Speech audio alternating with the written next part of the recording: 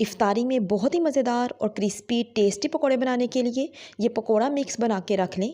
एक तो आपका काम आसान हो जाएगा और दूसरा नमक मिर्च और मसाला कम या ज़्यादा ना हो, इसकी टेंशन भी ख़त्म हो जाएगी। किसी भी एयर टाइट कंटेनर में आप इसको बना के रख लें, ये बिल्कुल भी ख़राब नहीं होगा।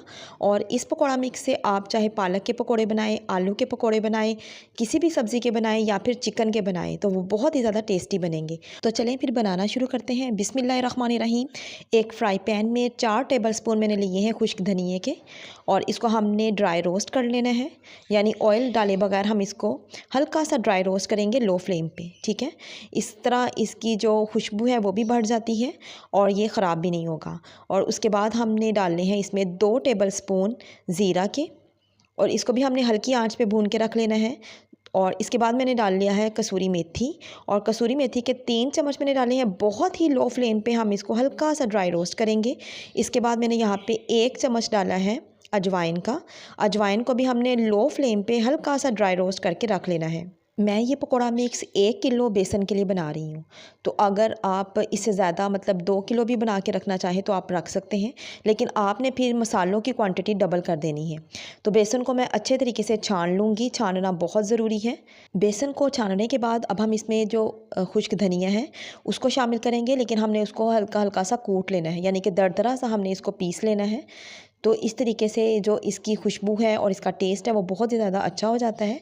तो अब पाउडर शामिल नहीं करना, बल्कि हमने इसको दरदरा सा पीस के फिर हम इसमें शामिल करेंगे। इसी तरह हमने ज़ीरे को भी हल्का सा कूट लेना है। ठीक है, तो हम ज़ीरे को भी इसी तरीके से इसमें शामिल करेंगे।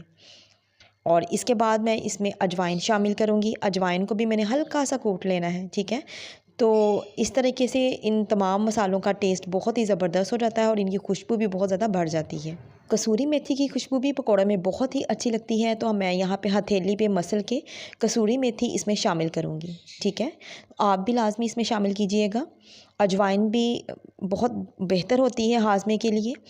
तो इसके बाद मैं इसमें 2 चम्मच भर के नमक शामिल करूँगी। 1 चम्मच मैंने डाला है कुटी हुई लाल मिर्चों का, 1 चम्मच मैंने लाल मिर्च पाउडर का, 1 चम्मच डालूँगी मैं हल्दी पाउडर का, और यहाँ पे तकरीबन 5 से 6 चम्मच मैंने चावल का आटा इसमें शामिल किया है। चावल का आटा शामिल करने से पकोड़े क्रिस्पी बनेंगे। आप चावल के आटे की जगह पे कॉर्नफ्लोर भी शामिल कर सकते हैं। तमाम मसालों को अच्छे तरीके से मिक्स करेंगे। एक चीज़ आप इसमें और भी शामिल कर सकते हैं, और वो है फूड कलर। ये आपकी अपनी चॉइस है। अगर आप इसमें फूड कलर शामिल करना चाहते हैं तो वो भी तकरीबन हाफ़ टी स्पून शामिल कर सकते हैं। मैंने यहाँ पे शामिल नहीं किया। तमाम चीज़ों को अच्छे तरीके से मिक्स करेंगे, और मिक्स करने के बाद आप किसी भी एयर टाइट कंटेनर में इसको सेव कर लें। 1 केजी बेसन के लिए मसालों की जो क्वांटिटी मैंने आपको बताई है वो बिल्कुल परफेक्ट है। आपके पकौड़े बहुत ही ज़्यादा टेस्टी बनेंगे। तो यहाँ पे मैंने अब इसको ट्राई करने के लिए पालक ली है, और ये पालक मैंने अपने किचन गार्डन से तोड़ी है। बिल्कुल फ्रेश है, छोटे छोटे से लीव्स हैं, बहुत ही ये देखने में खूबसूरत लग रहे थे। तो मैंने इसकी डंडियाँ जो है उनको उतार लूँगी, और उतारने के बाद मैं इसको अच्छे तरीके से वॉश करूँगी। ठीक है, वॉश करके हमने इसको एक जो किचन क्लॉथ है उसके ऊपर फैलाएंगे, ताकि जो इसका पानी है वो खुश्क हो जाए और इनके ऊपर आसानी के साथ बेसन की कोटिंग हो जाए। क्योंकि अगर पानी रहेगा तो फिर कोटिंग जो है वो थोड़ी सी मुश्किल हो जाएगी उसके ऊपर रहना। तो मैंने यहाँ पे बेसन के तकरीबन 3 से 4 चम्मच ले लिए हैं। थोड़ा सा पानी इसमें मिक्स करूँगी, और इसका अच्छा सा हमने पेस्ट बना लेना है। ठीक है, तो पहले इसको आपने अच्छे तरीके से मिक्स करना है। अगर आप चाहते हैं कि पकोड़े जो हैं वो बहुत ही ज़्यादा क्रिस्पी बने, तो फिर बेसन को आपने अच्छे तरीके से मिक्स करना है। ठीक है, तो इसकी कंसिस्टेंसी इस तरह से होनी चाहिए जिस तरह से मैं आपको दिखा रही हूँ। ना बहुत ज़्यादा ये थिक हो और ना ही बहुत ज़्यादा थिन हो।